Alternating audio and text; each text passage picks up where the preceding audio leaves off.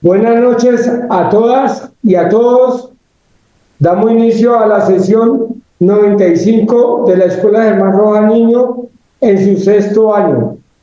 Hoy tenemos el tema Conversemos de la jurisdicción agraria y su importancia para la vida campesinas y el campo. Nos acompaña el compañero Carlos Alberto Benavides, senador del Pacto Histórico. Compañero Alberto, tiene usted la palabra. Muchas gracias. Voy a intentar mantener la cámara todo lo que pueda, pero... No, apáguela, compañero, apáguela, que nos queda escuchar su mensaje. Bueno, muchísimas gracias. En primer lugar, reiterar mi agradecimiento por la invitación. Yo creo que los espacios de formación, los espacios pedagógicos, los espacios que nos permiten compartir reflexiones, compartir percepciones, pero sobre todo ir construyendo conjunta y colectivamente nociones que nos permitan tener mayor aproximación a lo que está ocurriendo, a las propuestas que nos permitan ir cambiando la arquitectura del Estado y construyendo poder popular, son muy importantes porque son la base de las transformaciones y del cambio. Entonces, muchísimas gracias, Mauricio, y a todos los compañeros pues, por haber tenido la deferencia de invitarme. Y por otra parte, quiero también expresar pues mis mejores deseos para cada uno y para cada una de ustedes en este año. Este es un año muy importante para el país, no lo digo simplemente como una frase coloquial más.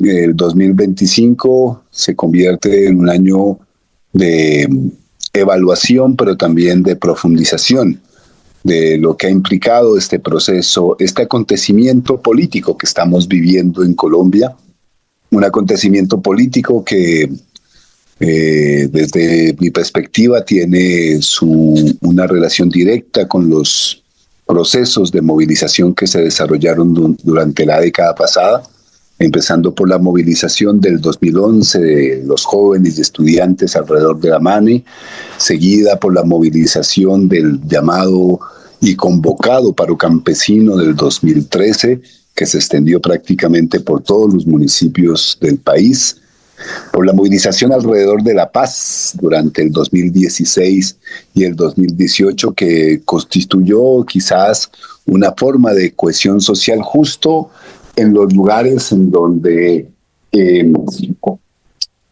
las brechas de desigualdad y las formas de violencia se han ensañado más durante décadas, se siguen haciéndolo como hemos visto lastimosamente en los últimos días, y lo que implicaron las movilizaciones conocidas como el paro nacional y el estallido social durante el 2019 y el 2021. En esa década de movilización se fue constituyendo una suerte de síntesis de las luchas sociales que justamente durante décadas bregaron por generar mayor igualdad, bregaron por generar mayores capacidades de generar justicia y dignidad, que durante décadas se enfrentaron a una violencia rapaz del establecimiento y de las oligarquías y de los modelos económicos ligados a reproducciones rentistas y capitalistas, que en las últimas 3 décadas se enfrentaron a ese modelo paradójicamente rentista neoliberal colombiano que desmanteló el campo, que desmanteló las capacidades laborales, que desmanteló las pocas iniciativas industriales, pero sobre todo terminó haciendo de la tierra y de los cuerpos de la gente como las formas de acumulación para un poder pues desmedido en este país, ligado a poderes mafiosos y a lógicas económicas ilegales. Esa búsqueda por eso de la paz, de la justicia, de la equidad y de la igualdad ha sido muy importante y generó el acontecimiento que estamos viviendo. Sin ello no estaríamos viviendo el acontecimiento político, que no solo tiene que ver con el gobierno como tal, con haber logrado ganar unas elecciones en el 2022, que es una de las síntesis fundamentales, sino también con haber construido una dinámica de un programa político de transformación ligado a esas luchas y a esos procesos, pero también un proceso de movilización en Colombia muy importante. Sin eso, sin entender que estamos viviendo un acontecimiento, que ese acontecimiento es producto de ese proceso de movilización y de lucha que se sintetiza en estos momentos, pues difícilmente vamos a poder, creo yo, entender el contexto y la importancia de propuestas como la de la jurisdicción agraria. Nosotros, durante la última década presenciamos desde el 2013, sobre todo con el paro agrario, una renovada reivindicación de la vida campesina. Darle el reclamo primero de justicia, de dignidad, por parte de organizaciones campesinas de todo el país que lograron manifestarse de manera contundente, incluso con un gobierno que les desconoció, que dijo ese tal paro no existe. Logró establecer, por un lado, mostrar qué implica la vida campesina en Colombia. La vida campesina en Colombia es la que ha construido esta nación en las dinámicas de configuración regional en Colombia. Sin esas vidas campesinas interculturales, veredales, indígenas, afro, desde esas dinámicas que se constituyen de manera muy diversa. Una cosa es la vida campesina en el suroccidente, otra cosa es la vida campesina en el Catatumbo, otra cosa es la vida campesina en los piedemontes, otra cosa es la vida campesina en las sabanas. Esa diversidad de vidas campesinas ha constituido la configuración regional y a partir de allí las formas y las maneras de nuestra nación y de nuestro país, pero también se convierte en la base de nuestras soberanías. Allí se defienden las soberanías ambientales, las soberanías alimentarias, las soberanías energéticas, justamente como base de lo que implica un país que busca, o un pueblo que busca autoafirmarse y autorrepresentarse y reivindica su autonomía en el concurso de las naciones. Pero también hubo algo muy importante en ese paro del 2013, que fue la relación entre lo urbano y lo rural. ¿Quién nos alimenta? ¿De dónde viene el agua? ¿De dónde vienen los servicios que tienen que ver con la reproducción de la vida? Pues justamente de esos escenarios en donde la vida campesina se reproduce. De ahí se fueron generar, y justamente por eso también esos territorios, esas formas de producción, esas configuraciones culturales, esas formas organizativas son las que se han visto una y otra vez vulneradas por la violencia, son las que una y otra vez son cuestionadas por poderes, sean señoriales, oligárquicos, financieros o mafiosos, y han convertido sus tierras y sus formas de trabajo justamente en motivo de conflicto, motivo de codicia, motivo de una serie de atropellos, motivo de restar y limitar derechos. Eso fue muy palpable en el paro del 2013. Y esa reivindicación se logra también sintetizar en los acuerdos de paz, en la movilización por la paz, en una serie de mesas que se presentaron alrededor de los acuerdos de paz que se iban suscribiendo en La Habana entre las FARC y el gobierno colombiano.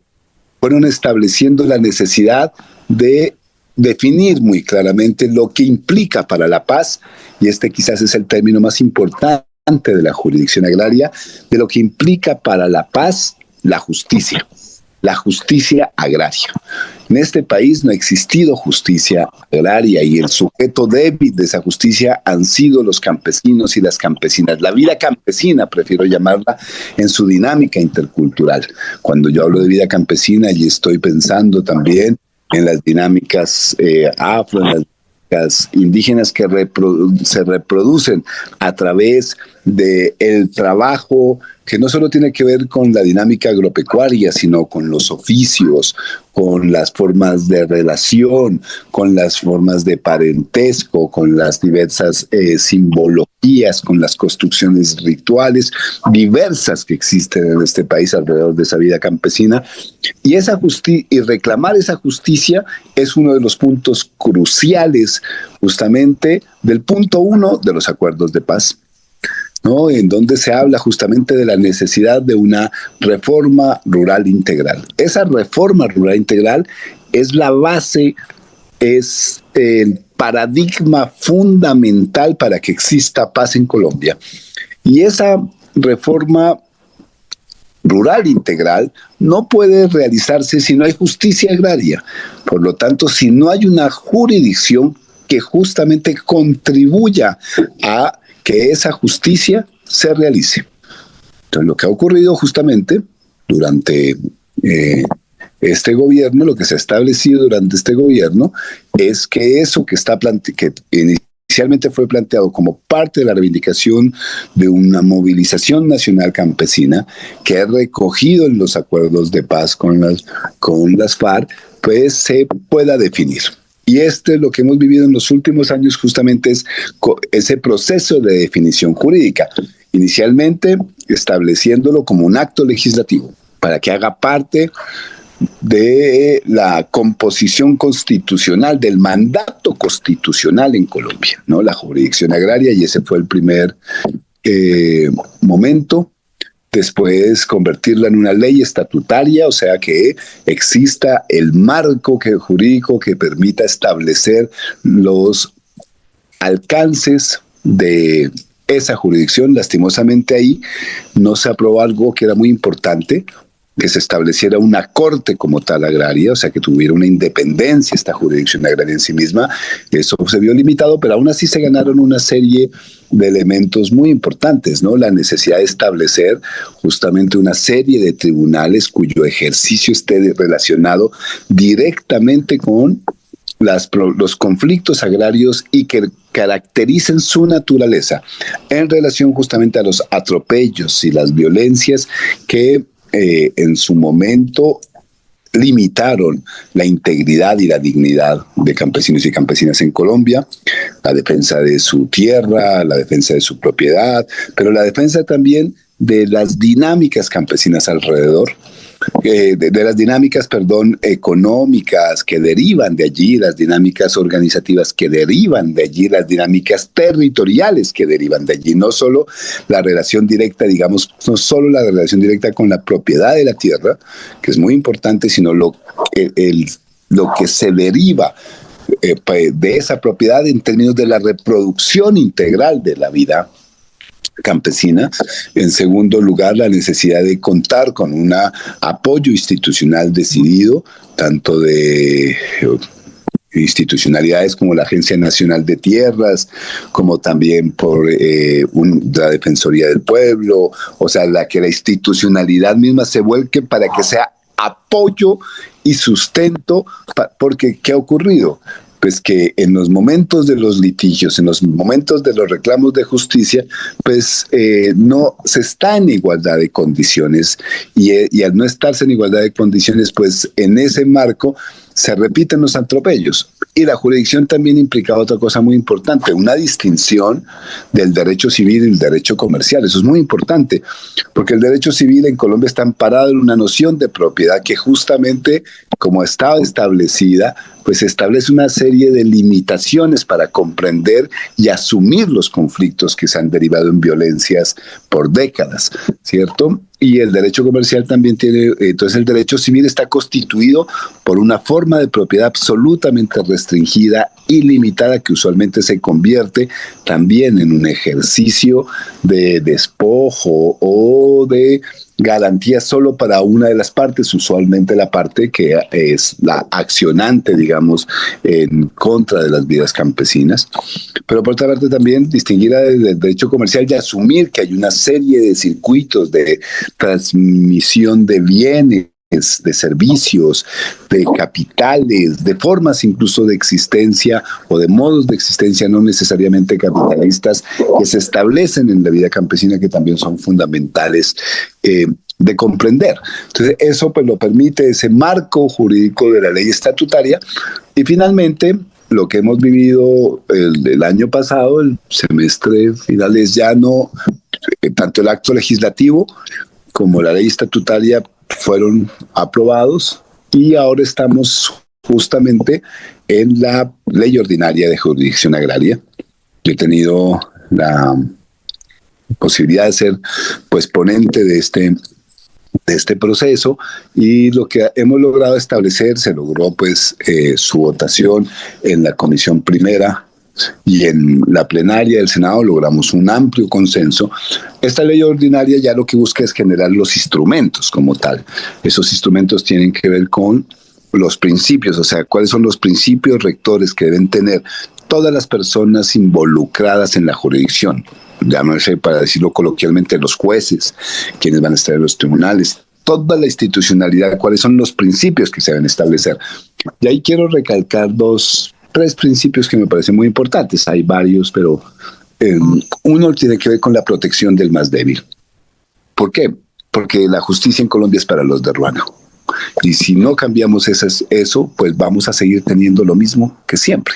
Podemos hacer alegatos, podemos poner denuncias, pero si la justicia solo se aplica a los de Ruana, pues no vamos a ningún lado, porque justamente son la parte más débil, y es justamente, hay que darle la vuelta a esa noción.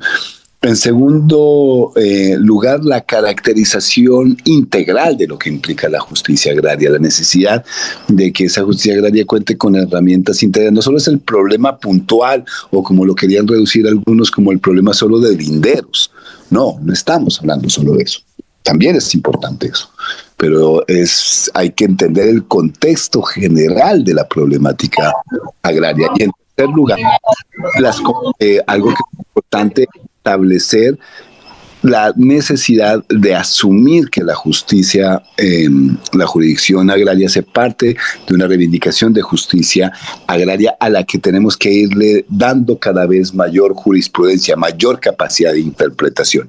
Pero allí también, en esa ley ordinaria, están los alcances, y esos alcances también nos permiten establecer las capacidades de una ley para que podamos solucionar problemas que tienen que ver con las relaciones agrarias, ambientales, o sea, y ahí hay una discusión, obviamente, que se genera, ¿no?, en términos de esa relación de la vida campesina con las dinámicas ambientales. Nosotros hemos logrado, yo creo, una afirmación contundente en términos de que ahí hay una integralidad y que hay unas formas de cuidado y que se deben preservar, digamos, en los alcances de tanto ambientales, sin que ello implique limitar la jurisdicción, ni tampoco lo contrario, ¿no? Obviamente hay que defender lo ambiental sin defender lo agrario sin vulnerar lo ambiental, o la justicia pues agraria como tal.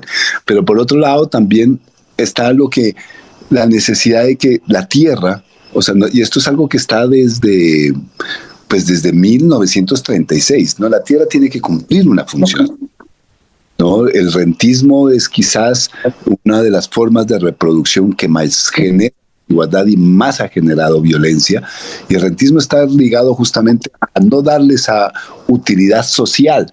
Nosotros somos un país que tiene una gran capacidad de ser una despensa agrícola, una despensa de energía, una despensa de agua, relacionada con ese potencial ecosistémico, con nuestros sistemas de vida, pero para ello también tenemos que entender justamente la importancia de que una jurisdicción agraria proteja esos alcances sociales de lo que implica esa responsabilidad social de la propiedad.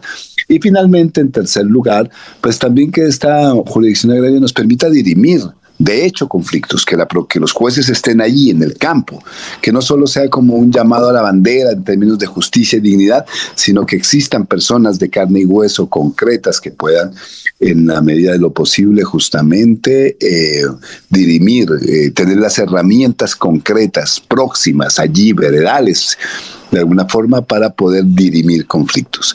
Esta era como mi presentación. general de la importancia, yo pienso que con lo que se ha logrado, tanto con la ley, con lo que se ha logrado ya aprobar, y ahora hemos tenido la posibilidad de aprobar, ya vuelvo y digo, en comisión primera y en la plenaria del Senado, pues se está generando un avance muy importante. Pues no tiene los alcances que hubiéramos esperado y que estaban definidos inicialmente en los acuerdos de paz, vuelvo y digo, no está el tribunal como tal, pero esto es un paso absolutamente significativo y que difícilmente se hubiera podido dar en términos del legislativo sin un compromiso y sin un gobierno consecuente. Esto es uno de los logros, no solo en términos legislativos, sino también un logro de la perspectiva pues, que tiene este gobierno de defender la paz, de defender el cumplimiento de acuerdos, e incluso en medio de situaciones pues, tan terribles, tan difíciles y tan tristes como las que en este momento están viviendo regiones como las del Catatumbo, o las del sur del Cesar, o las del Piedemonte en Nariño, o las de Inzá, que están en un momento de alerta humanitaria por lo que está ocurriendo en estos momentos. Incluso frente a eso mismo, reivindicar la importancia de este marco jurídico, de estos principios, estos alcances, es fundamental dentro de nuestra defensa pues, integral de la vida. Porque cuando hablamos de esta jurisdicción agraria, pues estamos hablando, vuelvo y digo, de justicia y dignidad, pero no solo pues para el mundo rural, sino una reivindicación integral de lo que implica ese reconocimiento de la vida campesina como un eje de la vida en general, de la vida social, de la vida natural. Pero por otro lado también, esta jurisdicción agraria implica la necesidad de reconocer una suerte de movilización social. No solo nos podemos quedar con el marco del Ejecutivo, con lo que está votando el Legislativo, sino esto solo es posible si hay un proceso de movilización social que lo reivindique. Este gobierno, a la par que ha producido esta votación a favor de la jurisdicción agraria en el Congreso, pues también hay dos cosas más que no la complementan, sino fortalecen en la arquitectura del Estado el reconocimiento de la vida campesina. Por un lado, lo que logramos hace un año, que fue la transformación del artículo 64 de la Constitución, y con ello el reconocimiento de la vida campesina como sujeto integral de protección. Eso es fundamental porque entonces los campesinos y campesinas, esa vida comprometida con la soberanía alimentaria, la soberanía ambiental, la soberanía económica, pues implica un reconocimiento de esas múltiples dimensiones allí en la Constitución. Y eso es fundamental en términos de movilización y reclamo de derechos. Pero también en el plan de desarrollo de este gobierno se han establecido más o menos unos 34 artículos que tienen que ver con procesos de inversión, primero de planificación y de inversión en las dinámicas de la vida campesina. Entre ellos, los reconocimientos de las diversidades territoriales. Ya se han empezado a marcar no solo la importancia de las zonas de reserva campesina, sino también de los territorios agroalimentarios. Esperamos avanzar muy pronto, entre febrero y marzo, en el reconocimiento de los territorios acuáticos ligados a esas vidas campesinas, a esas territorialidades, el reconocimiento de la soberanía alimentaria y el papel que cumplen las asociaciones productivas para que esa soberanía alimentaria exista, la necesidad de tener una mesa de interlocución campesina que ya empezó a funcionar desde diciembre, y la posibilidad justamente de que la vida campesina tenga un marco, digamos, de reconocimiento político, no solo de sujeto de derechos, sino un reconocimiento como sujeto político. Entonces, la jurisdicción agraria está pues en ese contexto también de transformación de la arquitectura del Estado, de la perspectiva de inversión, de la dinámica legislativa. Pero para que esto se garantice, es fundamental la movilización y la construcción del poder popular. Nosotros estamos, les decía yo al principio, viviendo un acontecimiento político inédito. Los acontecimientos políticos son irreversibles.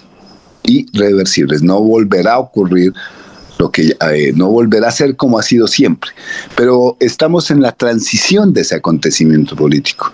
Por lo tanto, lo que está a prueba en este momento, lo que se define en el 2025 y ya se decide en el 2026, es la dirección de ese acontecimiento, hacia dónde debe dirigirse ese acontecimiento en la próxima década, en los próximos 20 años.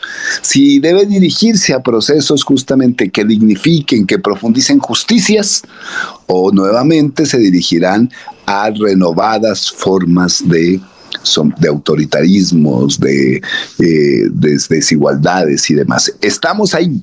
Nosotros por primera vez, amigos y amigas, tenemos la iniciativa política. No estamos en una situación de resistencia, no estamos en una situación de para atrás. Tenemos la iniciativa política, claro, en medio de tremendas dificultades, con vacíos, con errores, con situaciones muy difíciles, pero tenemos la iniciativa política, justamente que estemos haciendo, que tengamos estos logros, estas posibilidades o estos avances parciales, hablan de esa iniciativa, pero tenemos que darle contundencia, construyendo poder popular. Y sin duda, una escuela como esta hace parte justamente de esa construcción. Muchas gracias. Compañero Alberto, abrimos el espacio de preguntas.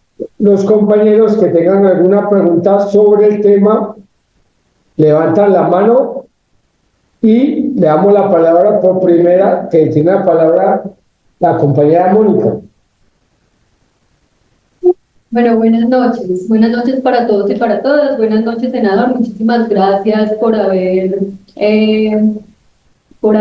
acogido el llamado que hizo la escuela. Y bueno, mi pregunta es con relación a los tratados de libre comercio, ¿cómo afecta la apuesta de la jurisdicción agraria y si realmente se pueden renegociar estos tratados de libre comercio, teniendo en cuenta la afectación que le ha causado a la soberanía y la autonomía alimentaria? Mauricio, no se escucha. No, párate, y tiene que hablar allá. No se le escucha, compañera. No, ya vuelve a repetir la pregunta. Bueno, mi pregunta tiene que ver con los tratados de libre comercio. Entonces, teniendo en cuenta de que, mi pregunta es cómo afectan los tratados de libre comercio la apuesta de la jurisdicción agraria y si realmente se puede renegociar estos tratados de libre comercio teniendo en cuenta la afectación que le han causado a la soberanía y autonomía alimentaria en el país y a la ruralidad y realmente a la justicia, a la población en general. Entonces, mi pregunta es esa, si los tratados de libre comercio afectarían esta jurisdicción agraria y si realmente en algún momento se pueden renegociar estos tratados de libre comercio que han afectado enormemente la soberanía alimentaria del país. Compañero Alberto, escuchamos a Gustavo Quintero, unas 3 preguntas, 4, y usted Sí, señor. en combo. Sí, señor. Listo, compañero Gustavo Quintero. Buenas noches, compañeros y compañeras desde el otro lado del país. Un saludo fraterno y sororo desde el Valle del Cauca.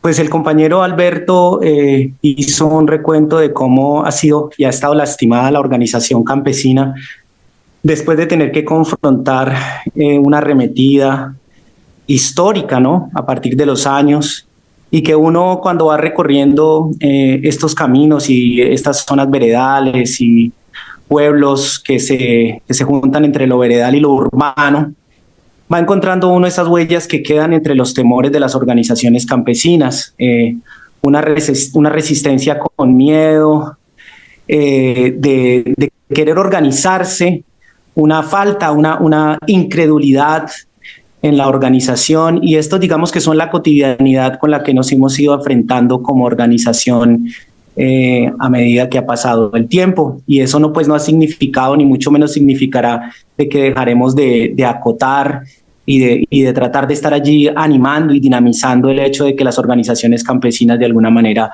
encuentren ese camino para organizarse. Creemos, sin embargo, que es importante tal vez encontrar como un consejo, una ruta para esa dificultad que encontramos. Encontramos la organización campesina descompartimentada en ciertos sectores.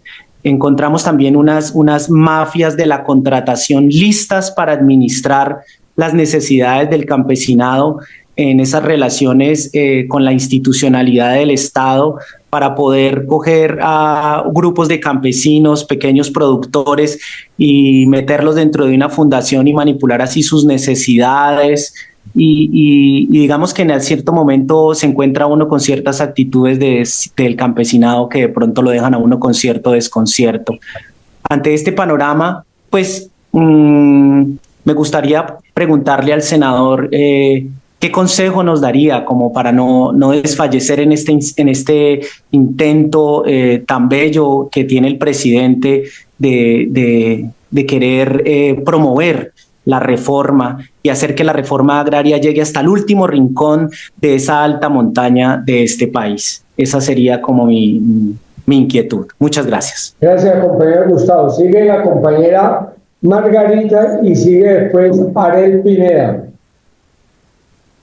Muy buenas noches a todos y todas. Un sororo saludo. Doctor Carlos Alberto, qué gusto tenerlo acá y desde el departamento del Cauca le queremos dar un sororo saludo y ojalá lo tengamos por acá muy pronto y que podamos hacer un gran encuentro. Una inquietud muy grande que tengo se toca un tema muy importante que usted dice, redimir los conflictos, ¿cierto? En nuestro departamento del Cauca, pues sabemos todo lo que se viene con la producción ilícita y es cómo manejar, cómo continuar en esta reforma sobre el rentismo. Sabemos que nuestras tierras pues no tienen una producción, una utilidad social lícita. Entonces es cómo ahondar un poco más sobre este tema y saber que la tierra sí tiene que ser una despensa de autonomía y seguridad alimentaria, de seguridad económica, y esta despensa es cómo se va a manejar en cuanto a esta producción que tanto flagelo y tanto daño nos hace, especialmente en nuestro territorio y podríamos decir en la mayoría de Colombia. Es un tema muy importante lo del rentismo en esta parte de cómo redimir los conflictos. Gracias, senador. Sí, cerramos el ciclo con el Rodrigo. Arel sigue y después Rodrigo. Muy buenas noches, gracias a todos. Doctor Carlos Alberto, gracias por estar en este programa con esta escuela tan importante que es de formación para todos nosotros. Mi pregunta es la siguiente y de pronto también es más como una inquietud, ¿no?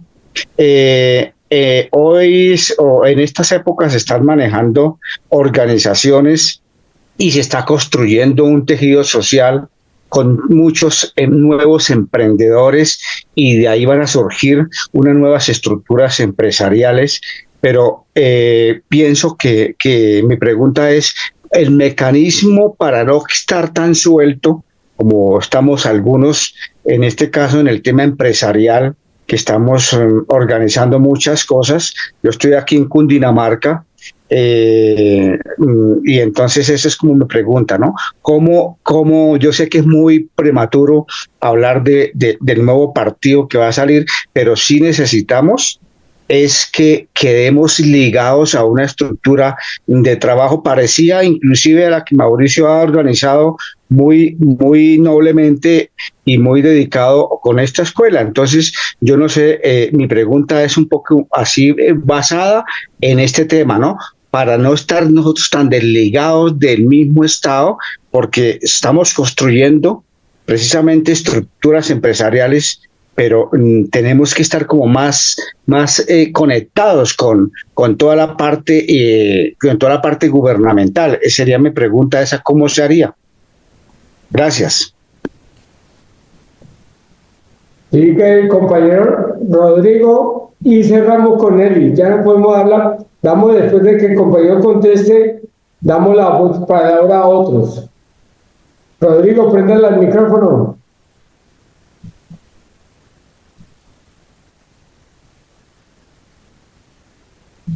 Nelly, allá. Rodrigo, Nelly, hable mientras que el compañero Rodrigo prende el micrófono. Hola a todos. Siga, bueno, qué interesante. ¿Sí? Siga. Ok. Bueno, muy interesante y necesario este encuentro que tenemos aquí en este momento. Y bueno, siempre se ha escuchado que hablamos de soberanía alimentaria, de la tierra, pero sabemos de manera personal y compartiendo con muchos compañeros campesinos en muchos municipios, en el departamento y en otros departamentos, que realmente a pesar de que usted pueda poseer la tierra, de que se la van a titular, de que su tierra tiene una ancestralidad conocida por todo el mundo, En realidad el verdadero problema es el acceso al agua. Tenemos muchos ejemplos de muchas compañeras que teniendo sus fincas cuando enviudan, el vecino le quita el agua, que por ejemplo en una montaña muy hermosa y llena de biodiversidad de agua hay 5 campesinos que están cuidando el sitio y el nacimiento del agua que surte varias pequeñas veredas y fincas. Llega una persona nueva al sitio y tumba todos los árboles que protegen el ojo de agua y con el miedo la gente va perdiendo su agua. Y resulta que pues en la zona rural sabemos que hay muchas gobernanzas, muchos tipos de poderes allí, a los cuales una mujer viuda, unos campesinos aislados no pueden enfrentar ese robo de ese derecho al agua que ellos han tenido durante tanto tiempo. Pero aprovechando aquí que está nuestro senador Alberto y que sabemos que ha trabajado bastante en el tema del agua, en la Comisión del Agua, sabemos también que se creó una policía del agua y que qué vamos a hacer para que de verdad esa soberanía hídrica de verdad surja. ¿Qué nos ganamos con 100 hectáreas de tierra si no hay agua o si nos la roban? Y sabemos que en los territorios rurales el que llegue la institucionalidad, el que lleguen las corporaciones autónomas, eso ya es una utopía. Ya ni siquiera salen a la zona rural. La mayoría de los funcionarios de las corporaciones autónomas y otras entes que tienen esa misma espíritu no van. No pueden ir, o bueno, hay muchas circunstancias. Entonces, realmente la vida campesina está sola. El acceso al agua para mí es fundamental y es básica. ¿Qué nos ganamos con la tierra si el agua está siendo usurpada? Entonces, con el senador que ha tenido bastante trabajo en ese sentido, ¿qué luces nos puedes dar al respecto? Gracias. A Mirna y a María Isabel le toca el segundo turno. Compañero Alberto, tiene la palabra. Bueno, muchas gracias. Pues cada una de las reflexiones, de las intervenciones daría casi que para otra sesión. Pues voy a intentar hacer como una suerte de trama inicial, tejiendo las preguntas que me han hecho. Miren, sí, los tratados de libre comercio, pues justamente esta semana hemos tenido la noticia, ¿no? De que se genera una mesa para tratar justamente el Tratado de Libre Comercio con los Estados Unidos y otros así, y ya se han establecido una serie de criterios. Pues el ánimo de este gobierno es proteger nuestra capacidad productiva, restablecer, lo hemos visto en los 2 últimos años, restablecer la capacidad productiva del campo. Solo el año pasado el campo movilizó entre el 10 y el 12% de la economía colombiana. Eso no había ocurrido hace décadas, y quizás con esa capacidad, pues, desde al menos de las épocas donde se inició las propuestas de Gaviria, del neoliberalismo, no habíamos visto esa como capacidad de intervención del campo. Y si pues no hay procesos de renegociación de estos tratados en donde el impulso a la producción propia sea fundamental, pues difícilmente podemos hablar de justicia, como tú lo decías. Y justamente pues parte de la jurisdicción agraria tiene que ver también con la protección, por eso no solo de los linderos, no solo de la propiedad y la formalización, sino de la protección de la producción campesina. Entonces ahí sí tenemos la posibilidad de generar instrumentos para proteger, ¿no?, la producción propia y volver a hacer de Colombia y sus regiones una despensa agrícola potente, en ese sentido, que fue justamente lo que muchos de estos tratados terminaron vulnerando, ¿no? O sea, en Nariño perdimos el trigo, en el sur de Magdalena Medio perdimos la producción de maíz y de frijol, bueno, y así uno podría hacer un rastreo, pues, que creo que han implicado muchos de estos tratados para disminuir la capacidad productiva nuestra. Y eso está ligado a la última pregunta, pienso yo, que es la otra pregunta que está ligada a la noción de justicia. Yo, en algunos recorridos que hemos hecho por el Magdalena y el Cauca, se ha ido generando un concepto que a mí me parece poderoso, que es pues la restitución del agua. No solo la restitución de la tierra, sino lo que implica la restitución del agua, y eso tiene que ver con una forma justamente de asumir el ordenamiento territorial alrededor del agua. Y yo pienso que justamente esta justicia agraria tiene que convertirse en una herramienta que te establezca criterios, que reconozca derechos alrededor de ese ordenamiento territorial del agua, que implica desde eso, de lo que tú dices, ¿no? El punto de abastecimiento para poder desarrollar una capacidad de riego, un distrito, o las formas como la gente se organiza para justamente tener esa posibilidad, pero también los manejos mismos de las cuencas. Nosotros tenemos biosferas poderosísimas que tenemos que proteger. Esas biosferas están ligadas a nuestros ecosistemas y esas biosferas son las que proveen el agua, pero también tenemos una serie de capacidades de sembrar agua si logramos establecer esos ordenamientos territoriales. Yo pienso que hay una relación entre ordenamiento territorial de alrededor del agua y esta jurisdicción agraria, que tenemos que trabajar con más filigrana. Justamente desde la Comisión Accidental del Agua venimos mirando ejemplos, ¿no? Estamos viendo el macizo, estamos viendo lo que nosotros llamamos sistemas de vida, ¿no? El macizo colombiano, la relación entre Pacífico Andes y Amazonía, lo que implica la relación entre la Sierra Nevada y la Ciénaga, lo que implican los canales, este acuatorio, como le llamamos, ¿no? Que se regenera en la unión entre el San Jorge, el Cauca y el Magdalena, pero también lo que implican esos ordenamientos alrededor de la producción y de la constitución de la finca como tal, y de las asociatividades que debe haber, porque el agua corre. El agua fluye, el agua conecta. Nosotros nos acostumbramos a una cosa rarísima, ¿no? Que casi que el agua se convertía como en el establecimiento de los límites, todo lo contrario. El agua es un conector pero el agua acaparada o el agua desecada, que son las dos formas terribles de la injusticia, pues vulneran justamente esas posibilidades. Entonces sí hay una relación, y el instrumento para mí está ahí, la relación entre ordenamiento territorial alrededor del agua y jurisdicción.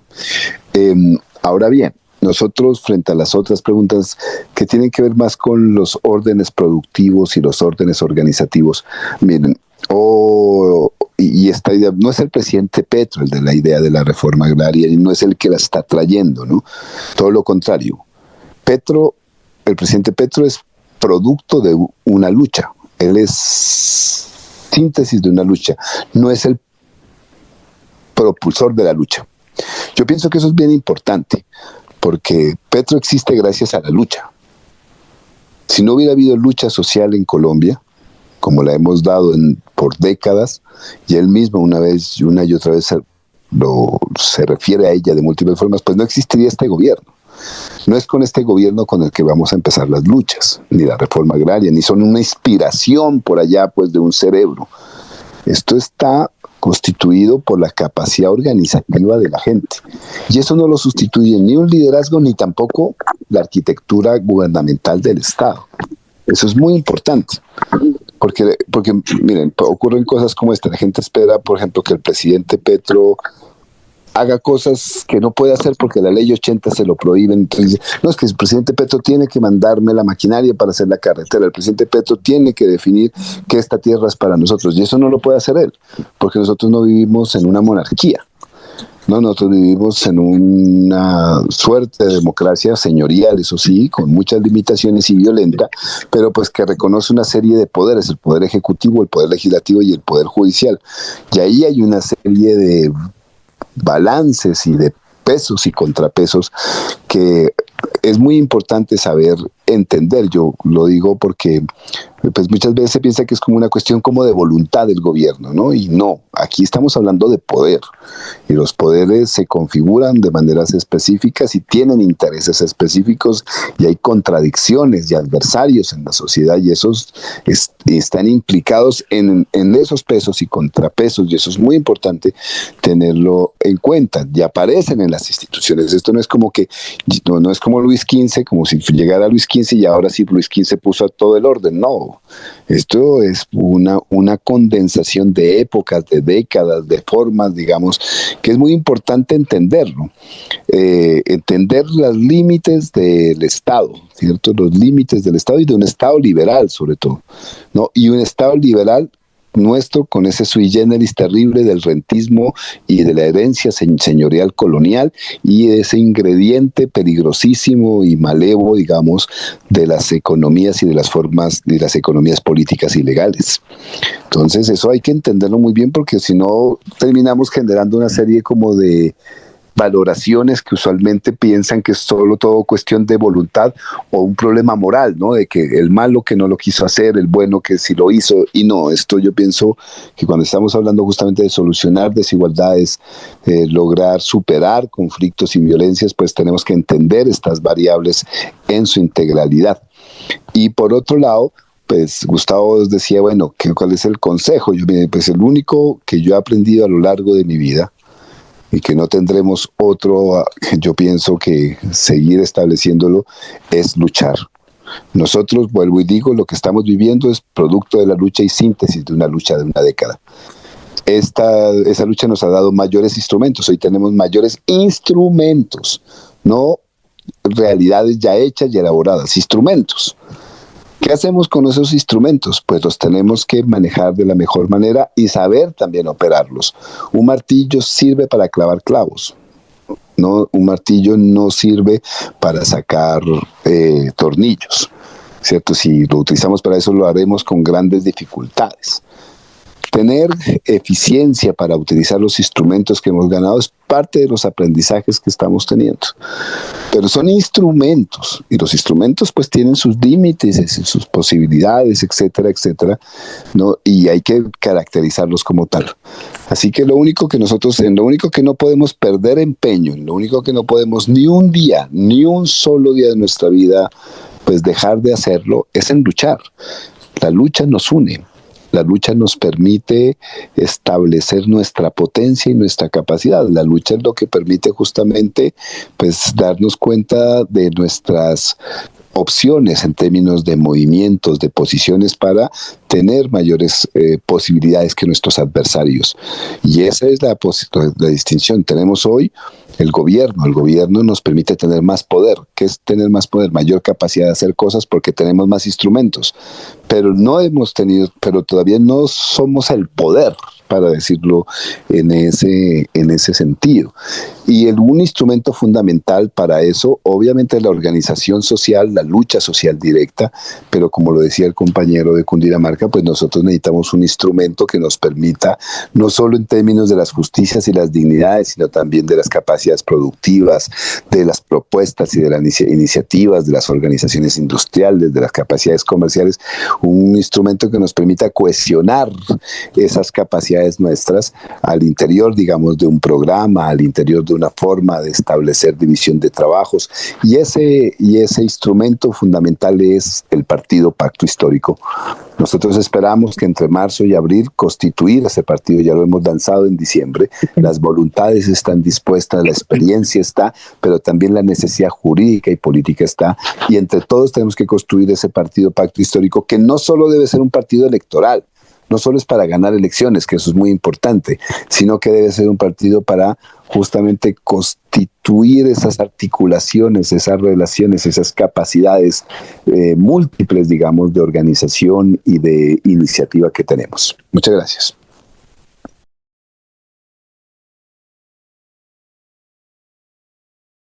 ¿Puedo hacer la pregunta?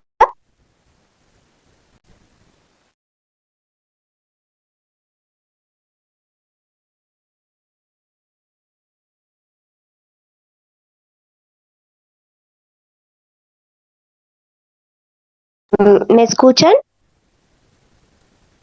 Hola Mirna, sí, y te escuchamos. Algo le pasó a Mauricio. Haz la pregunta. Tiene la palabra Rodrigo primero. Bueno, muy buenas noches para todos los asistentes. Me disculpo porque he tenido pues una llegada así un poco caótica aquí en la casa. Pero he estado escuchando todas las disertaciones. Nosotros hemos visto que las políticas de derecha han implementado modelos neoliberales en todos los sentidos, hasta desde la economía de goteo, en la que se hablaba que la economía capitalista iba goteando hacia las capas populares la ganancia del capital. Y lo mismo pasa pues con el sistema agrario.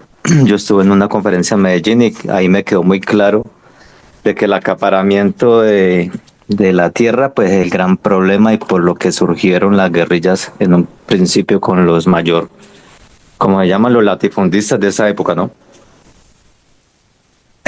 El uso que se le ha hecho a nuestras tierras desde los latifundios que vemos aquí en el Valle del Cauca, como todo el acaparamiento que se hizo en la parte de la costa atlántica, pues es lo que ha degenerado en que no se haga una economía popular, agraria, ni que se haga un uso pues adecuado de la tierra como tal, sino que es una explotación intensiva y pues que ha generado los daños que actualmente vemos.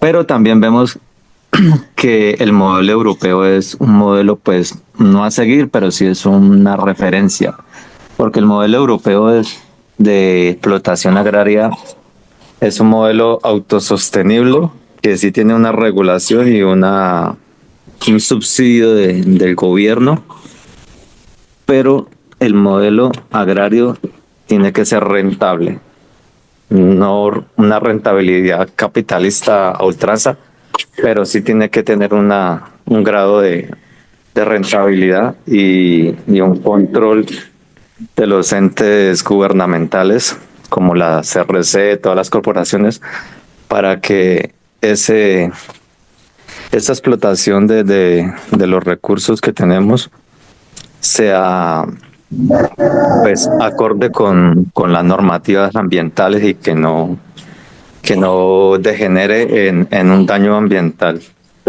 Entonces, pues, ese es el planteamiento mío. El modelo tiene que ser autosostenible, rentable, pero regulado. Gracias, Rodrigo. Gracias. Sigue María Isabel. Buenas noches para todos y para el senador y para el compañero que mantiene en alto las ganas de seguir luchando, mientras a otros se nos van acabando a veces, de ver que estos cambios que se supone que se iban a generar no se dan. Y como decía el senador, sí, claro, es que si nosotros al interior, yo pienso que todo nace desde el hogar, si al interior de nuestro hogar no tenemos un cambio, no podemos ser ejemplo para nuestras familias, pues ¿qué vamos a poder generar en una organización? Yo vivo en un municipio que era rico en las tierras donde se producía la mejor mazorca, frijol, haba, papa, es decir, la sabana de Bogotá, lo que se llama al norte de Bogotá queda Chía. Y vimos cómo los depredadores, los grandes constructores, que son Amarillo, que son Capital, que son Pedro Gómez, llegaron a estos pueblos y los alcaldes se volvieron mercaderes de licencias y acabaron con el campo. Y lo que hicieron fue quitarle la parcela a una familia, comprarle para que nos tuviésemos que ir a engrosar los cinturones de miseria de Bogotá, porque ya con la plata que le dieron por la parcela al viejo, ya no fue posible volver a conseguir una parcela igual, y ahí se erigieron los grandes edificios.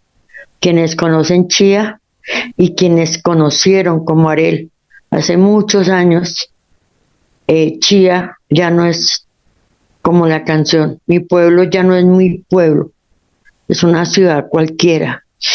Y entonces uno se pregunta, y una pregunta para el senador, es que la ley 388 que fue promulgada en el año 97, si no estoy mal, es una ley que ha sido violada, no solo acá en Chía, sino creo que esa ley ha sido violentada o violada, como le queramos llamar, a nivel nacional, en todas partes, porque va uno a Pereira y lo único que ve son los edificios. Claro, el desarrollo tiene que seguir avanzando, pero no de la manera que lo vienen haciendo. Entonces, mi pregunta para el senador, independientemente pues de la reforma agraria que se está trabajando, aquí en Chía hay una organización, yo hago parte de Alianza por el Agua, sentimientos encontrados, pero aprovecho, senador, porque sé que usted es una voz que nos puede ayudar a tantas y tantas necesidades que tenemos en lo poquito que nos queda del campo. Sí, para que volteen sus ojos y también se nos tenga en cuenta quienes un día estuvimos ahí y que las parcelas también nosotros sabemos echar asado ni sabemos todavía cultivar. Se nos pudiera ser la voz de los que no tenemos allá voz. Yo le agradezco a esta escuela de la certeza del amor de Germán Rojas Niño, porque es el único medio que tenemos para poder expresar lo que sentimos. De verdad que esto es invaluable lo que vienen haciendo estos compañeros, tratando de recoger de granito en granito en todo el país. Eso también es hacer patria. Entonces, mis abrazos, y de verdad estamos ahí frente al cañón. Al senador, muchas gracias. Ojalá sea nuestra voz. También que sepan que a menos de 45 minutos existe un pueblo que se llenó fue de solos edificios, que no tenemos otra opción sino que salir a engrosar los cinturones de miseria en Bogotá. Gracias. Gracias, compañera María Isabel. Le pido a Mirna y a Ana Luis que hagamos preguntas concretas por el tiempo que le pedimos al senador, al compañero Carlos Alberto. Mirna, tiene la palabra. Buenas noches, miren, gracias. La primera pregunta que quiero que me responda es ¿cómo va lo de los bonos del oxígeno, del agua? Unos bonos que Petro propuso para fomentar el cuidado de los bosques nativos y de reservas. Lo pregunto porque pues con mi familia tenemos un bosque de 8 hectáreas, una reserva que queda cerca al Parque Nacional Guatoque. Y nosotros estamos interesados en mantener el bosque nativo de robles, pero no sabemos a quién dirigirnos o a qué entidad o cuál es el proceso para esto de los bonos, si existen. Y si existen, empezando por ahí. Y además de eso, pues también hacer una observación al gobierno o al tiempo que queda, y es que no, como le dijeran, deben ustedes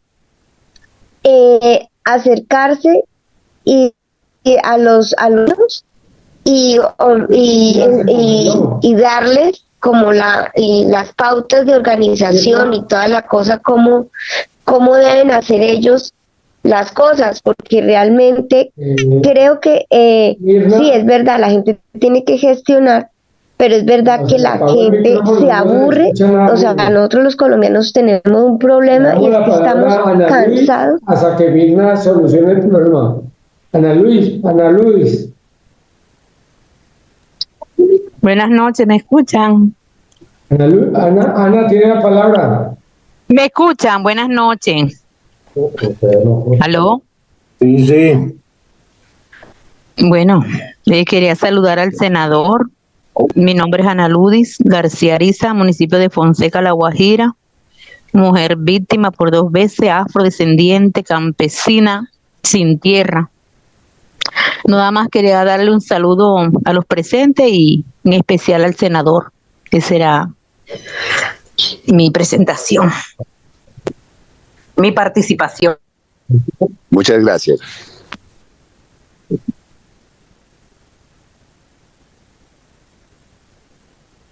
Compañera Ana ya hizo la pregunta, es que se nos tuvo un problemita aquí técnico. No, nada más quería saludar al senador, que sepa que La Guajira Fonseca está presente, que muchas gracias por hacerme parte de este equipo. Primera vez que estoy aquí, muchas gracias. Un abrazo ancestral. Bueno, compañero Alberto, una persona de su región le quiere saludar. Compañera Gloria, tiene la palabra. Gloria Vallejo. Gracias compañeros. Gracias compañeros. Betico, buenas noches. Soy Gloria. Buenas noches, Glorita. Hola, mi amor, ¿cómo has estado? Te he seguido todo este tiempo. Tú sabes cuánto te quiero. Creciste junto a mí. Eres el mejor amigo de mis hijos. Me siento muy, muy orgullosa de tenerte como mi amigo muy, muy especial. Me encantó escucharte. Como te digo, sigo tu trabajo día a día y me parece que lo estás haciendo muy, muy bien, Betico, desde que te conocí, desde que llegaste a la vida nuestra, supe que ibas a ser una persona muy, muy, muy destacada por las luchas que estamos dando, porque has entendido lo que es el luchar por la gente que está abajo. Me encantó escucharte esta noche, estás muy claro en tus manifestaciones y te mando un abrazo grande, grande, Betico, y te espero por acá. Un abrazo grande, mi amor. Pero Gloria, hubiera sido bueno que prendiera la cámara. Compañero Alberto, tiene la palabra. Muchas gracias, Mauricio.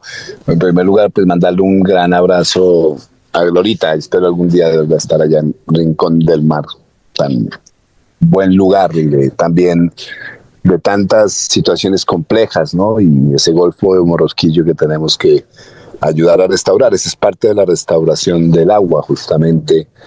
Y lo que implica también esa relación con Montes de María como parte, quizás uno de los lugares más importantes para que la jurisdicción agraria se aplique, sea justamente allí en Montes de María, en el Golfo de Morrosquillo y demás. Entonces, un gran abrazo, Lorita. Y yo quería, como rápidamente y como concluyendo, porque tengo que ya me acabo nuevamente de subir aquí al vehículo. Miren, en primer lugar, enviarle un gran abrazo a la compañera de Chía. Yo pienso que justamente luchas como las de ustedes, ejemplos como los de ustedes, el estar incluso en situaciones difíciles. Yo entiendo lo que tú dices, ¿no? A veces como que uno espera pues, que las cosas se den de una manera más efectiva. Yo les decía hace poquito en una charla más coloquial, no es suficiente el amor eficaz, también necesitamos el amor eficiente, ¿no? El que se realice, el que se concrete en cosas también, no solo en la expresión como tal del amor al prójimo, sino en la forma misma como establecemos esas capacidades y esas posibilidades. Necesitamos establecer eso. Pero yo sí creo, compañera, que este gobierno ha logrado muchas cosas. Que este gobierno logró ha logrado hasta hoy sacar 3 millones de personas de la pobreza, 2,5 millones de personas de situación de hambre. Ha logrado, pese a una serie de dificultades muy difíciles, con unos ataques desmedidos, o sea, absolutamente, como no quiero adjetivar hoy, pero ha logrado mantener una estabilidad macroeconómica que está en beneficio del pueblo, que le ha permitido, por ejemplo, aumentar el salario mínimo como nunca antes, que ha permitido abastecer lugares que estaban en condiciones de precariedad muy duras. Entonces, claro, eso no lo vemos porque nosotros somos 1.300, 1.200 municipios y muchas de esas acciones están en los lugares, entre comillas, dobles comillas, más apartados, porque más apartados de Bogotá, pero más cercanos de pronto el corazón de la vida. Por eso me gusta decir más apartado. Pero entonces sí hay una serie, ¿no? Y no lo digo simplemente como una suerte como de propaganda, de marketing o algo similar, no, yo lo veo. Yo he tenido la posibilidad de visitar más o menos 425 municipios en estos 2 años. Yo cumplí 2 años en el Senado el 11 de enero. He estado viajo. Yo ahorita estoy justamente en un recorrido, vengo de otro de la costa, estoy dándole, y yo veo ahí obviamente también la gente con mucha expectativa, pero al mismo tiempo veo los logros y veo algo fundamental, que es que vuelvo y digo, el gobierno es producto de la lucha. Es al contrario, no es que el gobierno nos vaya a permitir. El gobierno es producto de luchas como la tuya, de luchas de mucha gente. Entonces este gobierno es un paso más, Petro es uno más. Y por eso esto de la reelección, y eso a veces pues no debe funcionarnos así, porque nosotros debemos pensar en los próximos 20 años. Y dentro de 20 años no va a estar Petro físicamente, pero va a haber muchos más Petros. Se están estableciendo y nosotros lo que tenemos que es constituir eso. Y esa multitud debe ser nuestra fuerza fundamental. Y yo ahí sí les llamo de verdad a no tener un ánimo pesimista, porque no hay por qué estar pesimistas. Nosotros logramos romper la historia, pero también en 2 años logramos mostrar un camino cierto. 3 millones de personas fuera de la pobreza, 2 millones sin hambre. Y hemos ido generando una nueva lógica de arquitectura del Estado y estamos promoviendo desde distintas partes, de distintos lugares, con mayores instrumentos, yo se los decía al principio, mayores capacidades de poder popular. Y finalmente, yo creo que nosotros tenemos que tener como la posibilidad de mirar justamente cómo restablecemos. Claro que, mire, cualquier ejemplo de lo que está ocurriendo hoy da desasosiego en el momento, pero si lo comparamos con donde venimos y el contexto de solución, o sea, nosotros veníamos de una gente que jugaba fútbol con la cabeza de la gente y gritaba ¡gol! Cuando hacían un gol con esa cabeza, delante de los hijos que habían visto cómo decapitaban a su papá. Pero hoy hemos visto, en cambio, un presidente que va al Catatumbo, que va y genera un consejo. ¿Eso cuándo lo habíamos visto? Pero no solo eso, hemos visto una organización social desde Cúcuta, desde Tibú, lista y presta justamente a actuar. Miren las cartas, miren los dispositivos que se han armado, ¿no? Entonces estamos en una situación distinta y justamente lo que estamos ahí reclamando y lo que estamos viendo es dignidad. Esa dignidad campesina. Antes nos hubiéramos enterado en horas, las reacciones hubieran sido de meses. Ahora nos enteramos en 5 horas, las reacciones fueron 24. Ya hay un dispositivo, digamos, diciendo, oiga, vengan, esto no puede estar ocurriendo. No es una sociedad que se está cruzando de brazos. No toda. Hay gente que nos seguirá porque estamos en medio de contradicciones reales y concretas, de intereses de clase opuestos. Entonces no podemos esperar aquí como de pronto que hubiera una sociedad de abrazos y que todo, pues palmaditas en la espalda. Todo lo contrario. Al llegar nosotros al gobierno, pues se agudizan las situaciones en donde esos intereses se vuelven mucho más crudos. Entonces yo sí quiero llamarlos a mirar esto no solo con esperanza y fe, sino con sentido de realidad. Estamos transformando situaciones concretas muy difíciles. Hace 10 años jugaban con la cabeza de la gente fútbol. Miren los ojos de los niños de las fotos de Abad, que son miles y miles y miles y miles. Hoy siguen, se perpetúan, está el Catatumbo, están esos 5 lugares que yo les decía, pero hay una acción ya, de hecho, sobre ellos, y tenemos un empuje para los próximos 10 años para cambiar esa situación. Ese empuje es nuestro vigor, ese empuje es nuestra vitalidad. No dejemos que esta gente con sus medios, con sus formas de noticias, sean los que nos pongan la narrativa. La jurisdicción agraria hace parte de otra narrativa, hace parte de la narrativa de la justicia y de la dignidad. Los que estamos aquí en esta escuela, quienes están desde diversos departamentos, son expresión viva de que la justicia y la dignidad hace parte de nuestros propósitos de lucha. Así que un gran abrazo.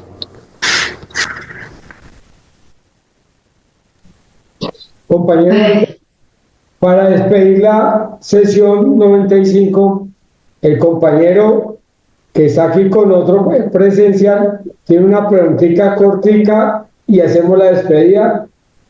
Sí, bueno, muchas gracias. Mira, es lo siguiente. ¿Cuál va a ser la arquitectura institucional de la jurisdicción agraria? Si eso va a pertenecer a un ministerio, va a pertenecer al Poder Judicial, porque yo no conozco la ley, pues, pero no la he leído, pero pero ¿cómo va a funcionar, digamos, a nivel de los territorios, a nivel del territorio municipio, al de las veredas? ¿Cómo va a ser eso? Y cómo sería, digámosle, todo el movimiento de las personas que van a trabajar en esto y el presupuesto que estaría detrás de esto, porque es que, pues sí sabemos que se está gobernando dentro de una institucionalidad que ha sido creada por 200 años de partidos de la derecha, y ahorita pues estamos creando instituciones nuevas, pero debemos saber cómo va a funcionar. Muchas gracias.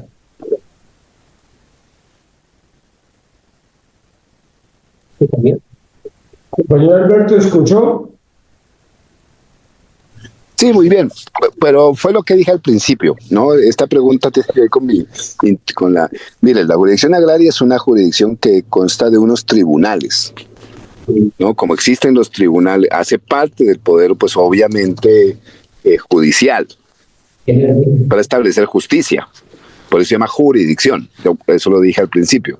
Justicia, es un tribunal, ¿cierto? No logramos la corte, o sea, no logramos que tuviera todas las escalas de la jurisdicción. La última escala seguirá siendo el Consejo de Estado, ¿no? Pero tendrá una serie de tribunales, como hay tribunales contenciosos, como hay un tribunal más dentro del sistema judicial, y tendrá una serie de jueces. Estos jueces serán jueces de territorio, jueces en las veredas, jueces próximos. Entonces, jueces próximos ahí en los territorios, como lo dije al principio, y un tribunal para resolver, y contará con el apoyo también de una vía de resolución administrativa cuando los conflictos no lleguen pues a tener los elementos judiciales, y esa vía de resolución administrativa estará a cargo de la Agencia Nacional de Tierra, como también lo expresé al principio. Pues la jurisdicción tiene una vía administrativa de resolución a través de la Agencia Nacional de Tierras y una vía judicial de resolución a partir de estos jueces, tribunales y en última instancia del Consejo de Estado. Esa es como los mecanismos. Hay formas de participación, tanto la Defensoría como distintas instituciones